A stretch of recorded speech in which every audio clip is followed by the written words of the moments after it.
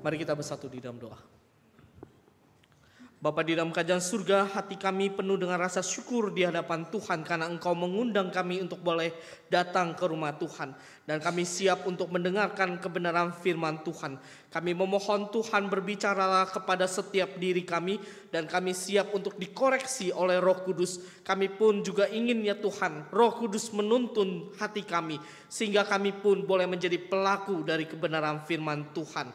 Kami memohon Tuhan lingkupilah tempat ini sehingga tempat ini pun menjadi tempat yang nyaman dan aman bagi kami untuk boleh berkonsentrasi memahami kebenaran firman Tuhan. Sungguh ya Tuhan, kami memohon kepada Tuhan, berkatilah setiap diri kami dengan kebenaran firman-Mu dan berkatilah akan hamba-Mu ini sehingga setiap kata-kata yang hamba-Mu ucapkan sungguh penuh dengan kuasa yang daripada Allah. Terpujilah nama-Mu ya Tuhan, kami menyerahkan setiap diri kami untuk mendengarkan kebenaran firman-Mu. Demi nama Tuhan Yesus Kristus kami bersama-sama berdoa. Amin. Shalom Bapak Ibu. Mari Bapak Ibu Saudara sekalian kita melanjutkan pembacaan dari Markus. Kita akan bersama-sama melihat dari Markus pasal yang ke-7 ayat yang pertama hingga ayat yang ke-23.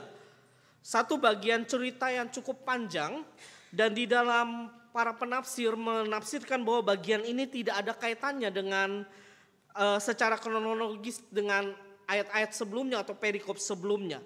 Meskipun memang tidak ada kaitannya, tetapi kita akan melihat kekayaan dari Markus pasal yang ke-7 ini. Markus pasal yang ke-7 ayat yang pertama hingga ayat yang ke-23 saya akan membacakan buat Bapak Ibu Saudara sekalian. Orang-orang Farisi mengurumuni Yesus bersama beberapa ahli Taurat yang datang dari Yerusalem. Mereka melihat bahwa beberapa orang muridnya makan dengan tangan yang najis, yaitu dengan tangan yang tidak dibasuh. Sebab orang-orang Farisi seperti orang-orang Yahudi lainnya tidak makan kalau belum melakukan pembasuhan tangan dengan seksama. Karena mereka berpegang pada adat istiadat nenek moyang mereka. Dan kalau pulang dari pasar, mereka juga tidak makan kalau tidak lebih dahulu membasuh dirinya. Banyak warisan lain lagi yang mereka pegang, umpamanya hal mencuci cawan, kendi, dan bejana perunggu, serta tempat pembaringan. Karena itu orang-orang Farisi dan ahli-ahli Taurat itu bertanya kepadanya, mengapa murid-muridmu tidak hidup menurut adat istiadat nenek moyang kita, tetapi makan dengan tangan najis? Jawabnya kepada mereka, tepatlah nubuat Yesaya tentang kamu, hai orang-orang munafik, seperti ada tertulis, bangsa ini memuliakan aku dengan bibirnya, padahal hatinya jauh dari aku. Percuma mereka beribadah kepadaku, sedangkan ajaran yang mereka ajarkan ialah perintah manusia. Perintah Allah kamu abaikan dan adat istiadat manusia kamu pegang. Lalu Yesus berkata kepada mereka, sungguh pandai kamu mengesampingkan perintah Allah supaya kamu dapat memelihara adat istiadatmu sendiri.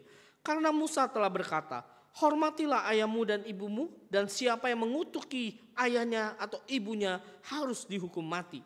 Namun kamu berkata, kalau seseorang berkata kepada ayahnya dan ibunya, segala bantuan yang seharusnya engkau terima dariku adalah korban, yaitu persembahan kepada Allah, maka kamu tidak membiarkannya lagi berbuat sesuatu pun untuk ayahnya atau ibunya. Jadi firman Allah kamu nyatakan tidak berlaku demi adat istiadat yang kamu teruskan itu. Banyak lagi hal lain seperti itu yang kamu lakukan. Lalu Yesus memanggil lagi orang banyak dan berkata kepada mereka, kamu semua dengarkanlah aku dan pahamilah. Tidak ada sesuatu pun dari luar seseorang yang masuk ke dalam dirinya dapat menajiskannya. Melainkan hal-hal yang keluar dari dalam diri seseorang itulah yang menajiskannya.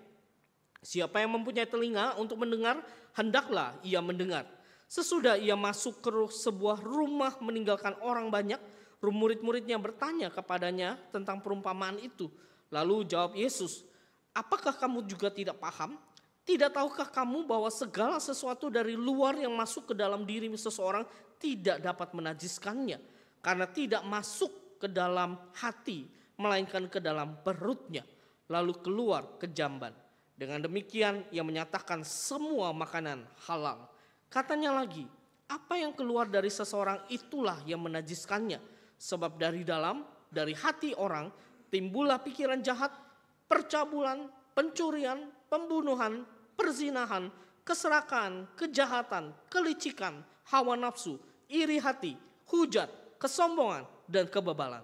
Semua hal jahat ini timbul dari dalam dan menajiskan orang.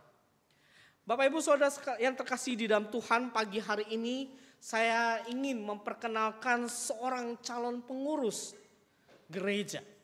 Saudara, siapakah dia ini? Orang ini Bapak Ibu Saudara sekalian adalah orang yang aktif beribadah, orang yang rajin memberikan persepuluhan, tidak pernah absen di dalam melayani Tuhan. Ia pun hafal terhadap ayat firman Tuhan dan seringkali melalui WhatsApp dia bagikan kebenaran firman Tuhan. Saudara, ia pun tidak pernah mabok, dia tidak pernah kecanduan pornografi, tidak pernah menggunakan kata-kata kotor di dalam percakapan-percakapannya. Seorang pria yang mencintai keluarga dan memiliki kehidupan masyarakat yang baik. Saudara, sayangnya meskipun kehidupan orang ini tampak baik, orang ini sedang menuju neraka. Saudara, kenapa demikian? Orang yang baru saja perkenalkan kepada Bapak Ibu adalah seorang Farisi abad ke-21. Mungkin Bapak Ibu Saudara sekalian bertanya, loh kok bisa orang yang begitu aktif di gereja, terlihat rohani, tetapi disebut sebagai seorang Farisi? Saudara, di zaman dulu orang Farisi itu memang memiliki kehidupan yang sangat religius sebenarnya. Seorang yang tampilannya kelihatan saleh sekali. Dan Paulus pernah berkata seperti ini dalam surat Roma pasal yang ke-10 ayat yang kedua sampai 3. Bahwa mereka itu sungguh-sungguh giat untuk Allah, tetapi tanpa pengertian. Sebab oleh karena mereka tidak mengenal Allah dan berusaha untuk mendirikan kebenaran mereka sendiri, mereka tidak takluk kepada kebenaran Allah. Saudara, orang Farisi itu rajin beribadah, rajin tampil secara religius, tetapi hatinya tidak sungguh-sungguh mengenal Tuhan. Saudara, sayangnya banyak orang Kristen di zaman sekarang ini memiliki hati yang sepertinya mirip dengan orang Farisi ini. Ciri utama hati seorang Farisi, Bapak Ibu Saudara sekalian, dia adalah orang yang punya hasrat giat melayani Tuhan, bisa aktif beribadah kepada Tuhan, bisa tampil baik sekali, ramah, senyum, berpenampilan dewasa. Tetapi setiap kegiatan yang dilakukannya di dalam gereja, hatinya itu kosong. Hatinya itu tidak sungguh-sungguh mau mengenal Tuhan. Saudara, ia berpikir bahwa seorang Farisi itu di dalam dirinya, dia berpikir bahwa kalau dia taat secara penuh kepada Tuhan, maka dirinya akan mendapatkan keselamatan.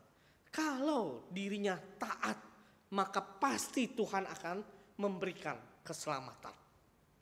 Saudara, istilah populer di dalam dunia akademik teologi, orang Farisi itu bisa juga disebut dengan orang legalis. Orang yang mempunyai paham legalisme, mempunyai paham seorang legalis nih. Orang legalis, Bapak Ibu Saudara sekalian, adalah orang yang melakukan ketaatan kepada Allah supaya apa? Melalui ketaatannya ia akan mendapatkan keselamatan. Maka ada hukum sebab akibat atau ada hal yang dilakukan, perbuatan-perbuatan manusia supaya nanti Tuhan melihat dan membalas kebaikan manusia itu dengan menganugerahkan keselamatan. Saudara, celakanya ciri-ciri legalisme ini telah menjangkiti orang-orang Kristen masa kini.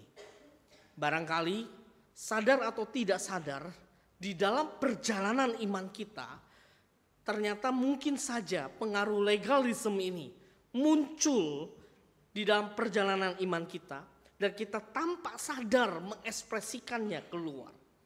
Maka Bapak Ibu Saudara sekalian, hari ini saya ingin mengajak kita untuk memeriksa hidup ini, hidup iman kita dengan semua pertanyaan penuntun.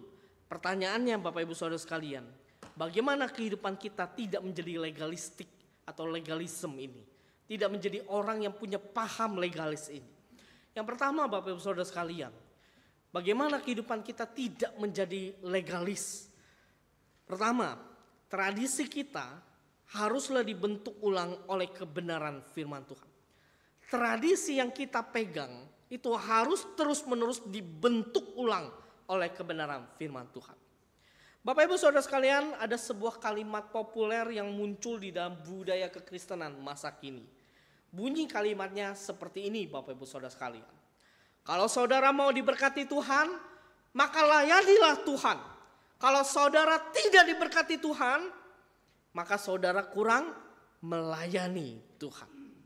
Saudara, kalimat ini sepertinya terdengar baik, sepertinya terdengar benar. Siapa di sini Bapak Ibu Saudara sekalian yang tidak mau diberkati oleh Tuhan? Tidak ada yang mau mengangkat tangan. Semua dari kita ingin diberkati oleh Tuhan, bukan?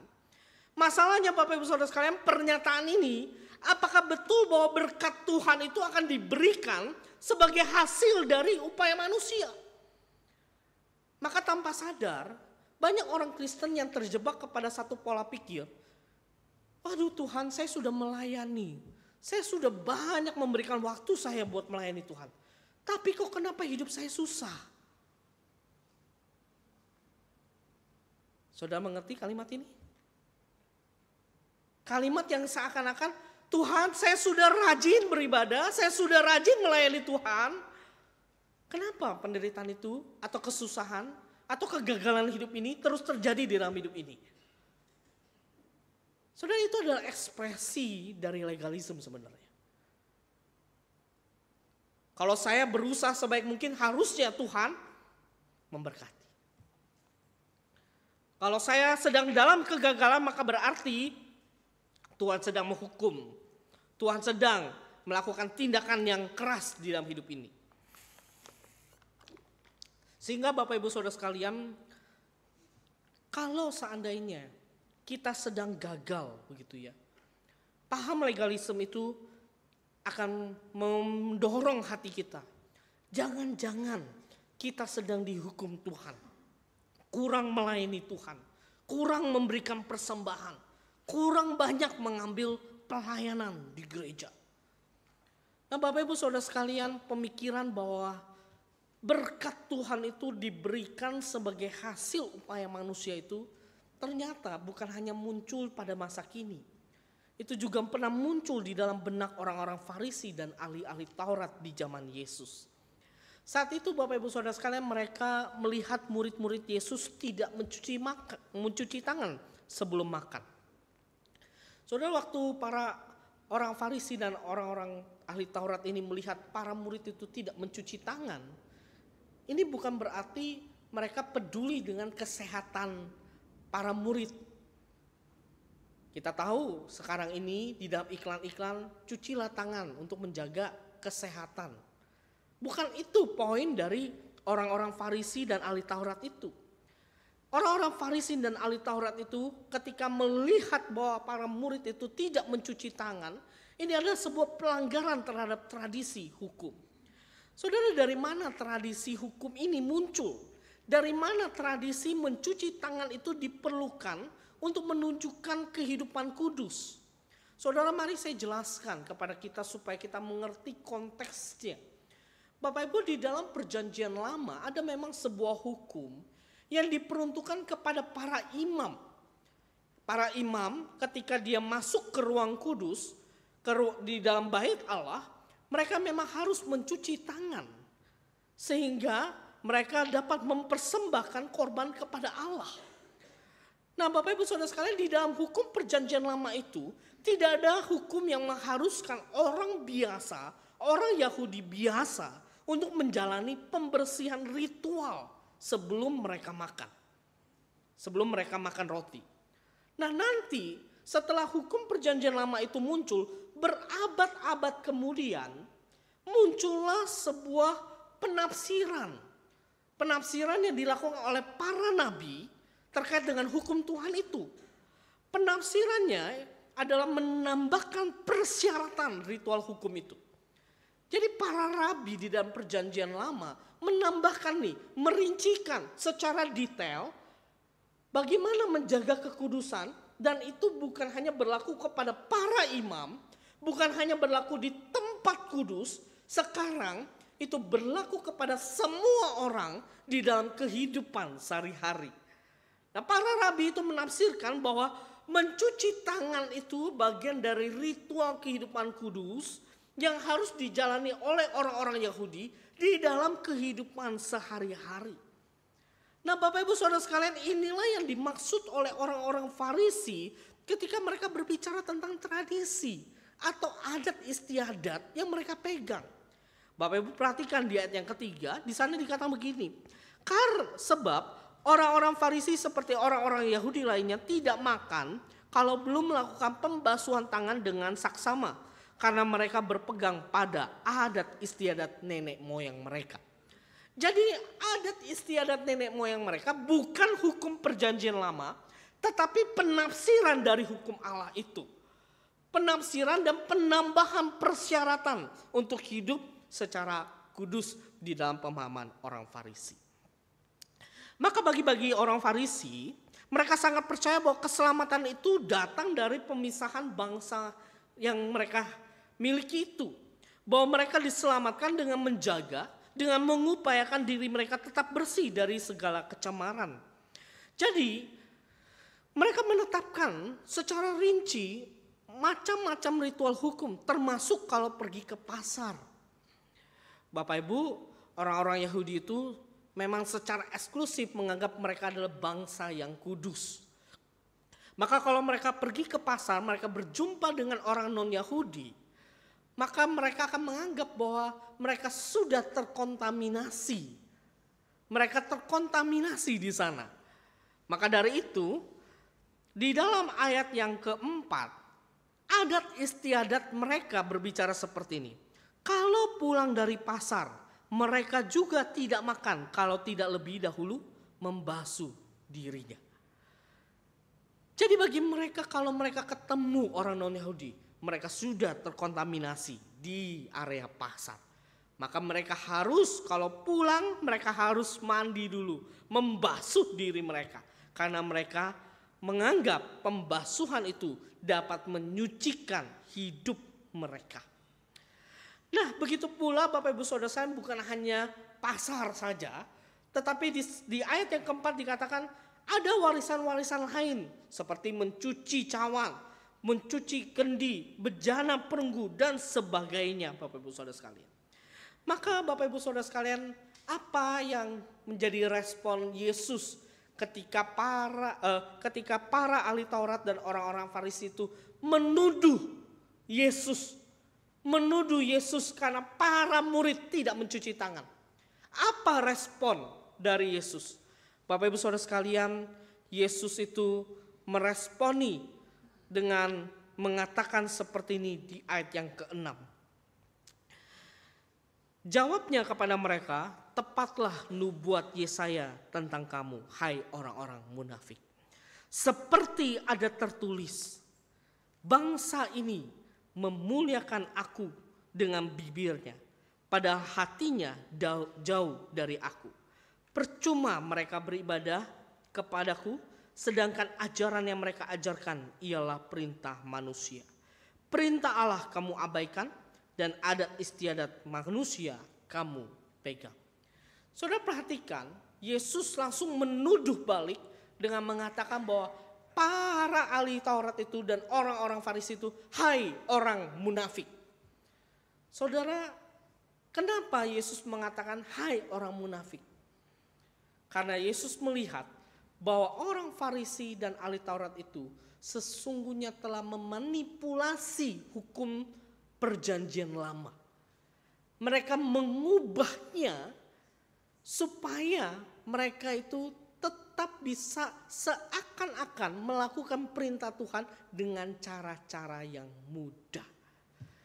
Saya kasih contoh untuk di dalam konteks zaman sekarang. Bapak Ibu Saudara sekalian, mana yang lebih mudah? Berhenti pergi ke bioskop atau mengasihi musuh? Mana yang lebih mudah? Berhenti pergi ke bioskop atau mengasihi musuh? Mana yang lebih mudah? Pergi ke bioskop lebih mudah. Nah, Bapak Ibu Saudara, pergi ke bioskop ini adalah tafsiran para rabi gitu di zaman dulu. Kalau kamu mau kudus, cuci tanganmu. Tapi Tuhan mintakan adalah kasihilah Allahmu dengan segenap hatimu. Kasihilah sesamamu. Jadi orang-orang Farisi itu dengan cerdiknya mereka membuat tafsiran dari hukum yang begitu ringan supaya mereka tampil secara lahiriah begitu baik. Maka Bapak Ibu Saudara sekalian, kalau kembali di dalam contoh saya, mana yang lebih mudah? Berhenti pergi ke bioskop atau pergi mengasihi musuh? Kalau orang legalisme, orang Kristen Farisi, dia akan memilih, saya akan lebih memilih berhenti pergi ke bioskop. Nah Bapak Ibu Saudara sekalian, Yesus mengatakan, hai orang munafik yang mengabaikan firman Tuhan, tetapi lebih mementingkan adat istiadat, sebuah perintah yang diringankan, yang sudah dimanipulasi, dan itu terus menerus dilakukan. Nah Bapak Ibu Saudara sekalian, Yesus bukan hanya menuduh orang-orang seperti itu adalah orang-orang munafik, tetapi Yesus mengatakan seperti ada tertulis. Saudara, menariknya kata ada tertulis itu, Yesus tidak menjawab pertanyaan orang-orang Farisi. Orang-orang Farisi itu kan bertanya, mengapa? Kalau mengapa kan harusnya karena para murid tidak mendengarkan perintah saya, misalnya begitu kan. Tetapi Yesus tidak mengatakan itu. Yesus menjawab pertanyaan orang-orang Farisi dan ahli Taurat itu dengan mengatakan ada tertulis. Ada tertulis itu berarti Yesus mengembalikan kebenaran firman Tuhan yang ultimate itu, yang tertinggi itu. Bapak Ibu Saudara sekalian, Yesus sedang menyingkapkan inti permasalahan yang terjadi.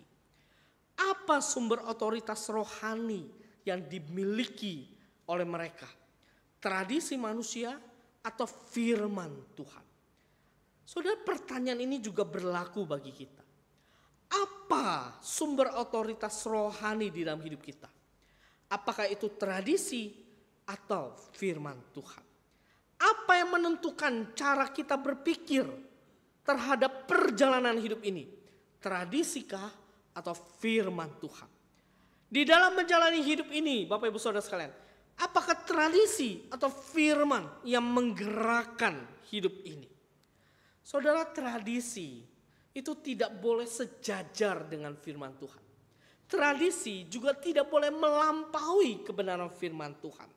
Tradisi itu seharusnya terus-menerus dibentuk ulang atau direform oleh kebenaran firman Tuhan. Saudara, saya percaya setiap diri kita pernah tahu dengan satu tokoh terkenal yang bernama Martin Luther. Saudara, tokoh reformasi bernama Martin Luther, dan ngomong-ngomong bulan Oktober biasanya juga disebut dengan bulan reformasi. Martin Luther itu melawan tradisi yang sedang dibangun oleh Paus pada zaman dulu. Saat itu Luther menentang sekali apa yang dilakukan oleh orang-orang Roma Katolik, khususnya para pemimpinnya, yang mana para pemimpinnya itu memberikan satu paham kepada orang-orang percaya bahwa ada namanya surat indulgensi itu. Surat indulgensi itu adalah surat yang bisa membuat seseorang terbebas dari api penyucian dosa. Jadi pada saat itu orang-orang Roma Katolik itu menebar satu berita kepada orang-orang Kristen bahwa kalau membeli surat indulgensi ini, maka nenek moyang orang-orang yang sudah meninggal itu sekarang berada di api penyucian, ya, entah berapa lama sesuai dengan dosa-dosanya. Nah, surat indulgensi ini dapat mengurangi lamanya di api penyucian. Saudara, maka kalau kita menonton film Martin Luther, ya, ada filmnya, itu ada satu kejadian di mana pendeta yang diutus oleh Katolik itu membakar tangannya di api. Itu memberikan petunjuk bahwa api penyucian itu sangat menyakitkan, membakar gitu. Nah saudara, waktu orang-orang melihat seperti itu, wah menakutkan ya. Bagaimana dengan papa mama saya sudah meninggal? Bagaimana dengan orang-orang yang sudah meninggal nih? Mereka di dalam api penyucian, tersiksa, merana, berteriak-teriak mungkin. Nah surat indulgensi ini bisa menebus, bisa mengurangi api penyucian itu. Saudara, Luther menentang sekali, menentang budaya pada saat itu. Budaya yang dibangun itu tidak selaras dengan firman Tuhan. Maka Martin Luther yang sangat bergumul dengan tindakan Paus pada saat itu, Luther menyusun 95 dalil dan dia memprotes praktek indulgensi itu. Singkat cerita saudara, Luther memang akhirnya harus diadili di kota Worms. Dan saat itu Luther diminta untuk menarik kembali semua ajaran dan bukunya. Tetapi Luther pernah memberikan akhirnya Luther mengeluarkan sebuah statement. Dan statement ini atau kalimat ini begitu terkenal di dalam kehidupan orang-orang Kristen, khususnya Protestan. Bapak Ibu, Luther mengatakan seperti ini. Kecuali kalau saya diyakinkan oleh kesaksian kitab suci atau oleh alasan yang jelas. Saya terikat kepada kitab suci yang telah saya kutip dan hati nurani saya tertawan oleh firman Allah. Saya tidak dapat dan tidak akan menarik kembali apapun karena tidak aman dan tidak benar untuk bertindak melawan hati nurani. Saya tidak dapat melakukannya, yang sebaliknya. Here I stand. Di sini saya berdiri.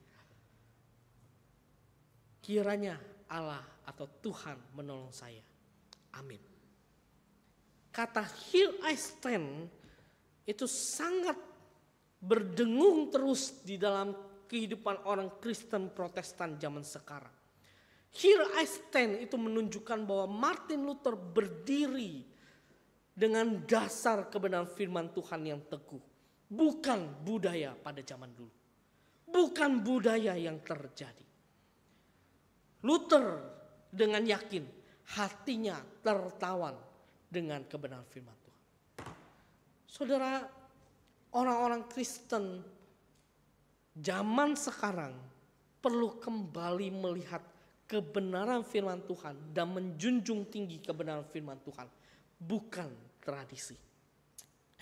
Maka Bapak Ibu Saudara sekalian, Luther yang meyakini bahwa kebenaran Allah itu memang tidak boleh diubah oleh tradisi.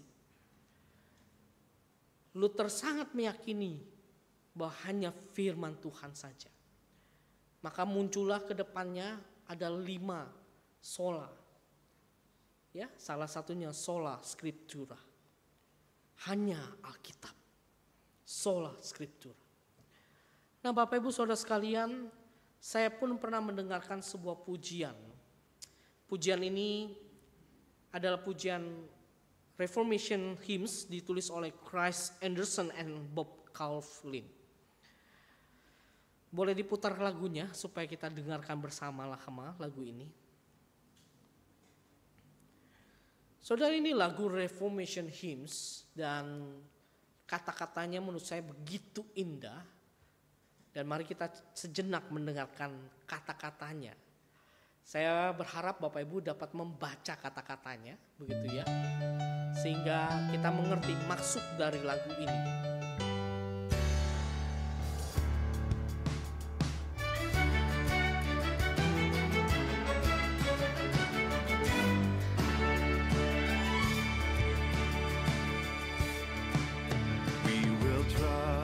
God's word alone, where his perfect will is known.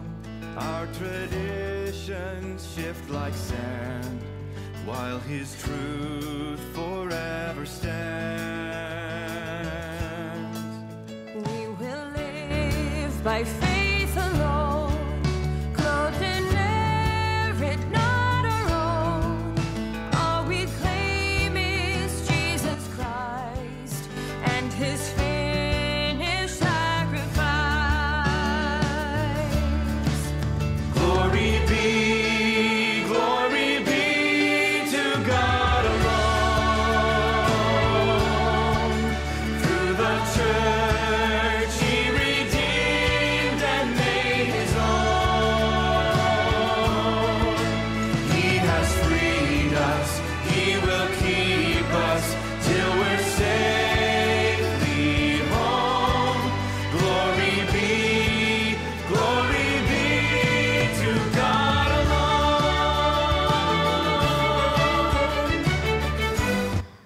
Ya Bapak Ibu Saudara sekalian, pujian ini ada sebuah kalimat yang menarik bagi saya. Dia mengatakan di dalam liriknya, all traditions shift like sand, while his truth forever stands. Tradisi kita itu bergeser seperti pasir. Pasir itu kalau kena angin atau air itu akan bergeser. Tradisi kita itu akan bergeser, akan berubah. Tetapi dikatakan begini, while his truth forever stands. Sementara kebenaran Allah itu tetap ada selamanya. Saudara, kalimat ini mengekspresikan apa yang juga diucapkan oleh Luther. Here I stand itu. Jadi Bapak Ibu Saudara sekalian, setiap tradisi yang dibangun oleh gereja atau tradisi di dalam kehidupan pribadi kita itu perlu terus-menerus dibentuk ulang oleh firman Tuhan. Bahkan tiap tradisi yang tidak sesuai dengan firman Tuhan itu haruslah diubah, dibentuk ulang oleh kebenaran Allah. Contohnya, Bapak Ibu, kalau Imlek, boleh nyapu gak di rumah? Kalau Imlek boleh nyapu? Kenapa boleh? Karena menurut tradisi itu tidak boleh. Tradisi itu mengatakan bahwa kalau nyapu di hari Imlek, maka berkatnya juga tersapu. Bapak Ibu, di dalam iman Kristen, berkat itu tidak ditentukan oleh sapu. Maka Bapak Ibu Saudara sekalian, tradisi kita itu perlu dibentuk ulang. Contoh lain, kalau beli rumah jangan yang tusuk sate. Kenapa? Kenapa? Karena feng shui-nya kurang bagus katanya. Bagi kita orang Kristen, Bapak Ibu Saudara sekalian, beli rumah ditusuk sate harganya miring. Miring harganya. Maka Bapak Ibu Saudara sekalian, kita punya iman feng shui itu tidak selaras dengan kebenaran firman Tuhan. Gitu ya. Jadi gereja kita kalau VTI mau suatu kali pindah, mungkin kita perlu beli yang lahannya tusuk sate kali ya. Gitu. Contoh lain, contoh. Bapak Ibu Saudara sekalian, ada juga pernah orang-orang mengatakan begini. Gereja yang benar itu gereja yang harus memakai lagu-lagu him semuanya. Kalau bukan lagu him, nah ini sesat gerejanya. Saudara, tradisi dari manakah ini? Saudara, lagu him itu memang baik. Tetapi lagu-lagu kontemporer itu pun juga baik sebenarnya. Yang paling penting bukanlah masalah dia him atau lagu kontemporer. Tetapi makna dari kata-katanya. Itu jauh lebih penting. Saya kasih contoh. Saudara, ada satu lagu yang saya tidak setuju. Dan itu bertentangan dengan firman Tuhan. Lagunya seperti ini. Berhembuslah Roh Kudus di tempat ini. Pernah dengar Bapak Ibu? Saudara, kata berhembuslah Roh Kudus di tempat ini itu menunjukkan bahwa Roh Kudus adalah angin. Padahal di dalam doktrin pneumatologi atau Roh Kudus itu bukanlah angin. Roh Kudus seperti angin yang tidak terlihat nih, tidak terlihat. Tetapi kita rasakan angin itu. Bukan Roh Kudus adalah angin. Maka banyak juga pendeta-pendeta yang mengatakan, jika engkau mau menerima Roh Kudus, saya akan berikan, lalu ditiup. Saudara, Roh Kudus bisa ditiup ya. Saya juga bingung, bagaimana tuh ya pribadi Allah bisa ditiup oleh nafasnya manusia. Saudara, itu adalah kesesatan sebenarnya. Ya, jadi bukan masalah lagunya kontemporer atau lagunya him, bukan itu permasalahan utamanya. Permasalahan utama yang harusnya dibedah di dalam lagu itu adalah makna di dalam kata-katanya. Apakah itu sesuai dengan firman Tuhan atau tidak. Maka Bapak Ibu Saudara saya sekali lagi, tradisi kita perlu dibentuk ulang oleh kebenaran Allah. Tradisi gereja perlu terus-menerus direform, dibentuk ulang oleh firman Tuhan. Selanjutnya Bapak Ibu Saudara sekalian, yang terakhir, bagaimana kehidupan kita tidak menjadi legalisme. Yang kedua, yang terakhir, hati yang mau berelasi dengan Tuhan. Saudara, kenapa poin kedua ini sepertinya seakan-akan lompat? Tadinya berbicara tentang tradisi yang harus dibentuk ulang oleh kebenaran, tiba-tiba poin kedua berbicara tentang hati. Saudara, saya ingin katakan bahwa kalau kita tahu kebenaran Tuhan, tapi hati kita tidak berelasi dengan Tuhan, maka kita akan terjebak kepada pemahaman legalisme. Kita akan menjadi orang yang legalis, yang seperti orang-orang Farisi lagi, tahu kebenaran, tetapi tidak punya hati untuk melakukannya. Saudara, hati yang mau berelasi dengan Tuhan, itulah yang juga ditekankan oleh Yesus di dalam ayat yang kita baca. Saudara, Yesus berkata seperti ini di ayat yang ke-15. Tidak ada sesuatu pun dari luar seseorang yang masuk ke dalam dirinya dapat menajiskannya. Melainkan hal-hal yang keluar dari dalam dirinya, diri seseorang, itulah yang menajiskannya. Saudara, Yesus berbicara tentang hati. Sesuatu hal yang dari dalam keluar, bukan dari yang luar ke dalam. Minggu lalu atau bulan lalu saya pernah mengatakan bahwa semua makanan itu halal. Makanan yang kita makan itu tidak menajiskan kita. Itulah kebenaran firman Tuhan. Tetapi yang menajiskan kita itu timbul dari dalam hati kita. Maka seorang teolog bernama Dallas Willard, dia mengatakan bahwa hati itu adalah pusat keberadaan manusia. Hati itu menunjukkan siapa kita dan bagaimana hidup kita ini. Jadi Bapak Ibu Saudara sekalian, kalau kita mau mengetahui hati kita sesungguh-sungguh, Bapak Ibu perhatikan bagaimana kita berperilaku. Perhatikan bagaimana kita bertindak. Itulah hati kita sebenarnya. Saudara, hati kita akan semakin terlihat ketika kita sedang berada di dalam kerentanan atau sedang dalam keadaan susah. Saudara, kalau kita sedang dalam keadaan baik-baik saja atau sedang dalam keadaan yang mapan, kita bisa melayani dengan segenap hati. Karena kita merasa aman-aman saja. Tetapi bagaimana kalau seandainya kita sedang dalam keadaan susah? Kita sedang mengalami kerentanan itu. Saudara, banyak orang yang pada akhirnya lebih memilih mundur untuk melayani Tuhan. Tidak lagi mau melayani Tuhan. Saudara, kenapa bisa terjadi seperti itu? Saudara, saya bisa katakan, ketika memilih mundur di dalam kerentanan seperti itu, saudara, hati kita itu perlu diisi lagi oleh kasih karunia Tuhan. Harus ingat lagi kasih Tuhan. Bukankah Tuhan itu sudah menolong kita, sudah memberikan keselamatan, sudah mencurahkan kasih karunia-Nya kepada kita. Maka kasih karunia Tuhan yang tidak pernah berkesudahan itu seharusnya seperti mata air yang terus mengalir, membasahi hati kita. Sehingga apapun kondisi kita, apapun yang terjadi di dalam kehidupan kita, kita tetap setia melayani Tuhan. Kita mau melayani Tuhan. Itulah hati yang mau berelasi dengan Tuhan. Karena dia tahu sumber mata air itu, sumber kasih karunia Tuhan itu terus mengalir di dalam kehidupannya. Saudara, hati yang mau berelasi dengan Tuhan itu juga terekspresikan di dalam cara hidupnya. Ketika dia bersungguh-sungguh berdoa dan dia mau melayani Tuhan. Saudara, suatu kali saya pernah membaca sebuah kisah.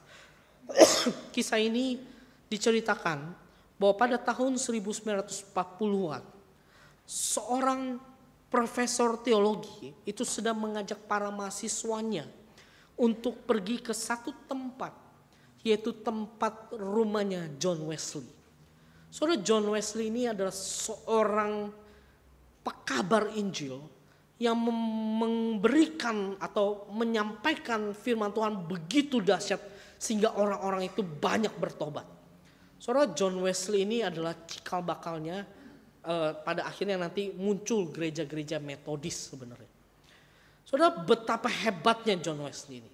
Nah, pada tahun 1940-an Seorang teolog, ya, profesor bersama dengan para muridnya, mereka pergi ke rumah John Wesley ini. Di sanalah Bapak Ibu Saudara sekalian, mereka menyaksikan rumah itu. Dan mereka masuk ke kamar John Wesley dan mereka melihat di samping tempat tidur ada satu tempat di mana John Wesley pernah berdoa di sana, sering berdoa di sana, sehingga terbentukkan lengkukan tumitnya John Wesley itu. Karena John Wesley berdoa dengan berlutut. Ya, jadi kayu yang menopangnya itu sampai membentuk lekukan gitu ya.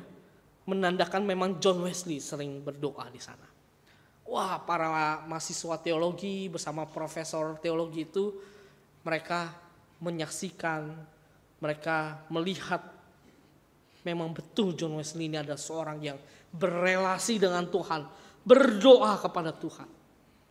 Lalu mereka akhirnya selesai menyaksikan itu, mereka pulang. Waktu mereka sampai di bus, profesor itu menghitung mahasiswanya. Ada satu mahasiswa yang hilang. Entah kemana.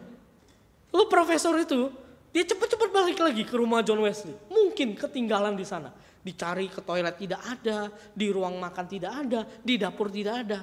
Terus dia buka di kamarnya John Wesley. Saudara, waktu dibuka kamarnya John Wesley, ya, profesor itu melihat mahasiswa itu sedang berlutut berdoa di hadapan Tuhan. Mahasiswa ini mengatakan, lakukan lagi Tuhan. Do it again, Lord. Lakukan lagi Tuhan. Lakukan lagi. Kalau John Wesley bisa menyampaikan kebenaran firman Tuhan, KKR yang begitu dahsyat, lakukan lagi. Tuhan, apakah Engkau mau memakai saya? Do it again. Saudara, orang itu bernama Billy Graham. Seorang pengkhotbah yang luar biasa. Dan dia mempertobatkan banyak orang Kristen. Saudara, saya waktu membaca kisah hidup ini, saya pun menangis dan mengatakan, Tuhan, do it again. Do it again, Lord. Lakukan lagi Tuhan. Lakukan lagi di VTI ini. Hati yang mau berelasi dengan Tuhan. Jemaat Tuhan mau mencintaimu Tuhan. Jemaat Tuhan mau berelasi dengan Tuhan. Saudara, itulah yang harusnya kita miliki di dalam perjalanan ini. Tidak menjadi legalisme, tetapi betul-betul mau membangun kehidupan yang mau berelasi dengan Tuhan. Berdoa kepada Tuhan. Maka Bapak Ibu Saudara sekalian, Billy Graham ketika dia memulai pelayanannya, dia berdoa bersama dengan teman-temannya untuk melakukan pelayanan Tuhan. Dan dia mengajak juga orang-orang Kristen, orang-orang yang mau berdoa untuk KKR-nya. Saudara, dicatat di dalam perjalanan Billy Graham. Billy Graham itu pernah mengabarkan kabar baik tentang Yesus itu kepada lebih dari 2 miliar orang. Dan dia melihat lebih dari 3 juta orang membuat keputusan pribadi untuk mengikuti Yesus. Do it again. Do it again. Saudara, maukah kita juga mengatakan hal yang sama? Tuhan, do it again. Lakukan lagi di dalam hidup saya. Hati saya mau berelasi dengan Tuhan. Hati saya mau diubahkan oleh Tuhan. Hati saya mau mencintai Engkau ya Tuhan. Kalau itu terjadi di dalam kehidupan kita, maka saya meyakini sebagaimana kebenaran firman Tuhan pada hari ini. Kehidupan yang ditransformasi itu bukan melalui cara-cara lahiriah, bukan dengan cara tradisi, Kehidupan yang ditransformasi itu adalah hati yang berelasi dan menjunjung tinggi kebenaran Allah. Mari kita berdoa.